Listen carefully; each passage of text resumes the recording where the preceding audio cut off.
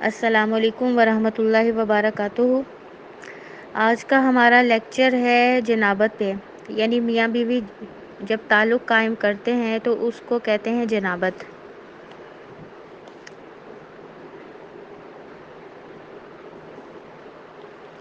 حضرت عبداللہ بن عباس رضی اللہ تعالیٰ عنہما سے روایت ہے کہ آپ صلی اللہ علیہ وآلہ وسلم نے فرمایا، جب کوئی آدمی اپنی بیوی سے صحبت کرنے کا ارادہ کرے تو اسے چاہیے یہ دعا مانگے: ہم اللہ کے نام سے مدد چاہتے ہیں، یا اللہ ہمیں شیطان سے محفوظ رکھ اور ہماری اس اولاد کو بھی شیطان سے محفوظ رکھ جو تو ہمیں عطا فرمائے۔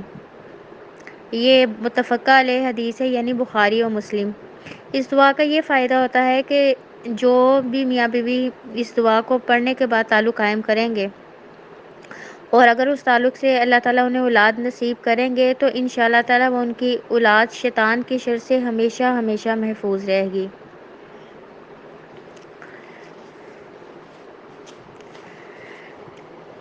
اب دوسرا مسئلہ یہ ہے کہ میاں اور بیوی کی شرمگاہ اگر مل جائے تو غسل واجب ہو جاتا ہے، خواہ انزال ہو یا نہ ہو۔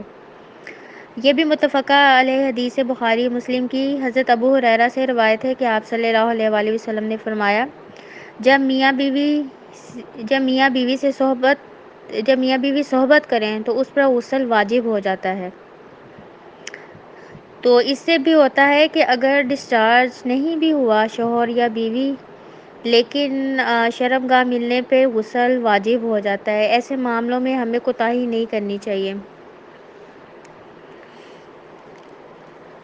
پھر ایک اور مسلم کی حدیث ہے کہ حضرت ابو سعید خدری رضی اللہ تعالیٰ عنہ کہتے ہیں کہ آپ صلی اللہ علیہ وآلہ وسلم نے فرمایا، جب کوئی آدمی اپنی بیوی سے صحبت کرے پھر دوبارہ کرنا چاہے تو پہلے وضو کرے۔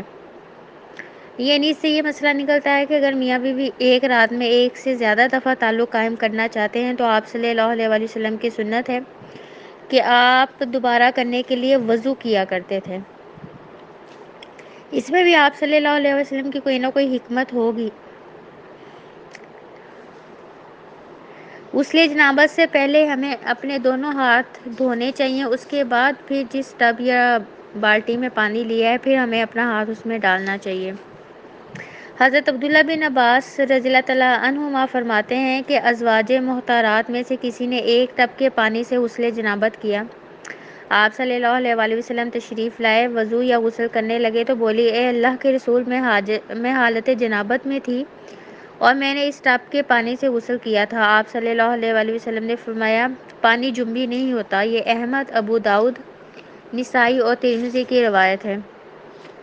یعنی اس روایت سے پتہ چلتا ہے کہ جو جنبی ہوتا ہے نا وہ ناپاک نہیں ہوتا، نہ اس کے جسم کے کسی حصے میں یعنی کہ ہاتھوں میں ناپاکی ہوتی ہے کہ وہ کسی چیز کو ہاتھ نہیں لگا سکتا۔ بس یہ ہے کہ جب صبح اٹھیں تو اس ٹائم بس ہمیں صابن سے ہاتھ دھونے کا حکم ہے۔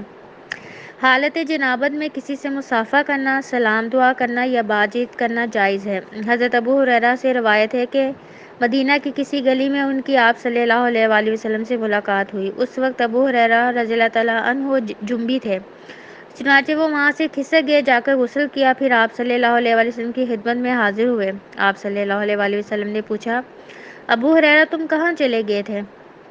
حضرت ابو ہریرہ نے عرض کیا، میں حالت جنابت میں تھا، لہٰذا میں نے آپ کے پاس اس حالت میں بیٹھنا اچھا نہ سمجھا۔ آپ صلی اللہ علیہ وآلہ وسلم نے فرمایا، سبحان اللہ، مومن کسی بھی حالت میں ناپاک نہیں ہوتا۔ یہ بخاری کی حدیث ہے۔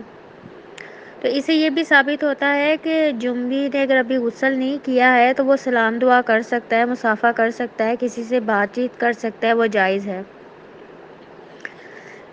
اگلا مسئلہ ہے حالت جنابت میں کھانے پینے کے لیے ہاتھ دھونے کافی ہیں، البتہ وضو کرنا افضل ہے۔ یہ ابن ماجہ کی روایت ہے۔ حضرت عائشہ رضی اللہ تعالیٰ عنہا سے روایت ہے کہ آپ صلی اللہ علیہ وآلہ وسلم حالت جنابت میں کوئی چیز کھانا چاہتے تو پہلے ہاتھ دھو لیتے۔ اور ایک اور حدیث میں ہے کہ حضرت عائشہ رضی اللہ تعالیٰ عنہا فرماتی ہیں کہ آپ صلی اللہ علیہ وآلہ وسلم حالت جنابت میں کھانا یا سونا چاہتے تو پہلے نماز کی طرح وضو کر لیتے۔ یہ مسلم کی حدیث ہے۔ جنبی مسجد سے گزر سکتا ہے لیکن ٹھہر نہیں سکتا۔ حضرت جابر رضی اللہ تعالیٰ عنہ فرماتے ہیں کہ ہم حالت جنابت میں مسجد سے گزر جایا کرتے تھے۔ اسے سعید بن منصور نے روایت کیا ہے، یعنی وہاں رک نہیں سکتے کیونکہ وہ ناپاکی کی حالت میں اگر مجبوراً کسی کو مسجد سے گزرنا پڑے تو وہ گزر سکتا ہے۔ حالت جنابت میں زبانی اللہ کا ذکر کرنا جائز ہے۔ حضرت عائشہ رضی اللہ تعالیٰ عنہا فرماتی ہیں کہ آپ صلی اللہ علیہ وآلہ وسلم ہر حالت میں اللہ کا ذکر کیا کرتے تھے۔ یہ مسلم کی حدیث ہے۔ جنبی کو قرآن پڑھنا یا پڑھانا منع ہے۔ پاک آدمی وضو کے بغیر بھی قرآن پڑھ سکتا ہے۔ حضرت علی رضی اللہ تعالیٰ عنہ فرماتے ہیں کہ آپ صلی اللہ علیہ وآلہ وسلم حالت جنابت کے علاوہ ہر حال میں ہمیں قرآن مجید پڑھایا کرتے تھے۔ یہ ترمذی کی حدیث ہے۔ جنبی سونے سے قبل غسل نہ کر سکے تو اسے وضو کر لینا چاہیے۔ حضرت عائشہ رضی اللہ تعالیٰ عنہا سے روایت ہے کہ آپ صلی اللہ علیہ وآلہ وسلم جب حالت جنابت میں سونے کا ارادہ فرماتے تو اپنی شرمگاہ دھو کر نماز کی طرح وضو فرما لیتے۔ یہ بخاری کی حدیث ہے۔ یعنی کہ غسل صبح بھی کیا جا سکتا ہے فجر کے وقت، لیکن سنت یہی ہے کہ آپ سونے سے پہلے وضو کر لیں، کیونکہ آپ صلی اللہ علیہ وسلم اسی طرح کیا کرتے تھے۔ جنبی کے لیے وضو کر کے سونا افضل ہے، لیکن نہ کرنے کی رخصت ہے۔ حضرت عبداللہ بن عمر رضی اللہ تعالیٰ عنہما سے روایت ہے کہ حضرت عمر رضی اللہ تعالیٰ عنہ نے آپ صلی اللہ علیہ وآلہ وسلم سے مسئلہ پوچھا، کیا جنبی غسل کیے بغیر سو سکتا ہے؟ آپ صلی اللہ علیہ وآلہ وسلم نے ارشاد فرمایا، ہاں، وضو کر لے اور سو جائے، اور پھر جب چاہے اٹھ کر غسل کر لے۔ یہ مسلم کی حدیث ہے۔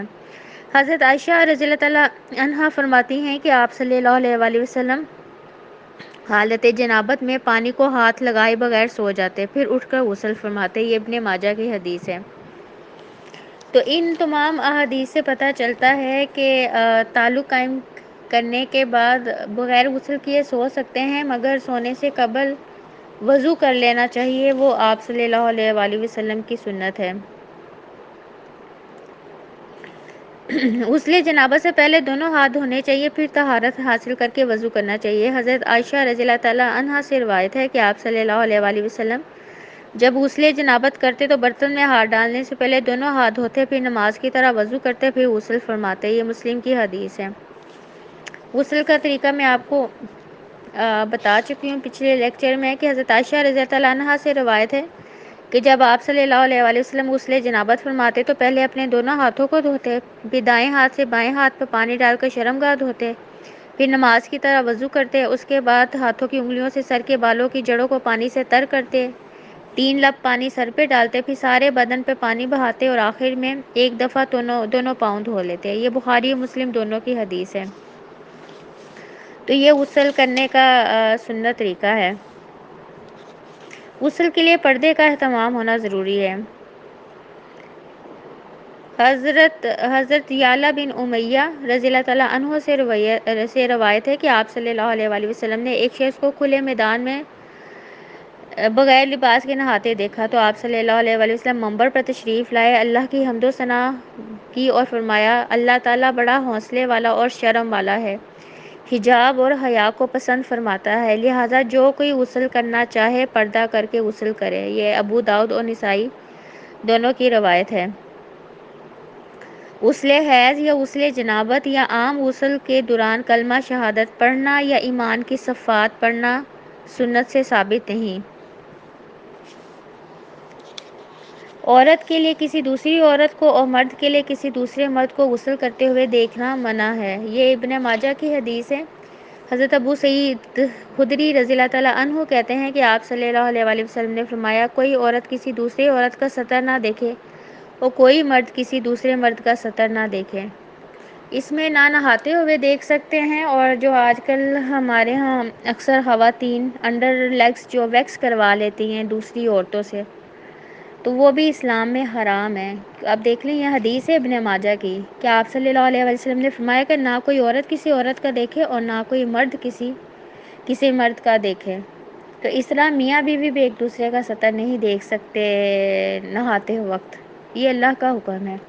کیونکہ ایک اور حدیث کا مفہوم ہے کہ حضرت عائشہ سے روایت تھی کہ وہ فرماتی تھی کہ نہ کبھی آپ صلی اللہ علیہ وآلہ وسلم نے میرا سطر دیکھا اور نہ ہی میں نے کبھی اللہ کے نبی کا سطر دیکھا تھا۔ تو یہ اللہ کا حکم ہے، یہ اللہ نے ڈیسائیڈ کیا ہے ہم کیا کر سکتے ہیں اور کیا نہیں کر سکتے۔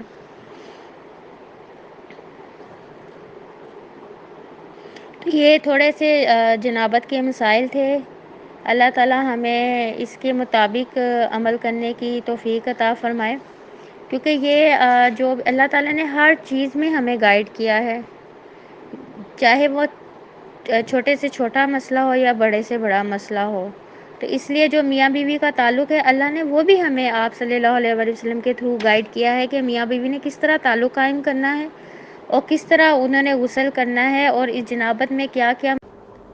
سبحانک اللہم و بحمدک اشہد ان لا الہ الا انت استغفرک و اتوب الیک۔ ربنا تقبل منا انک انت السمیع العلیم وتب علینا انک انت التواب الرحیم۔ سبحان ربک رب العزت عما یصفون وسلام علی المرسلین والحمد للہ رب العالمین۔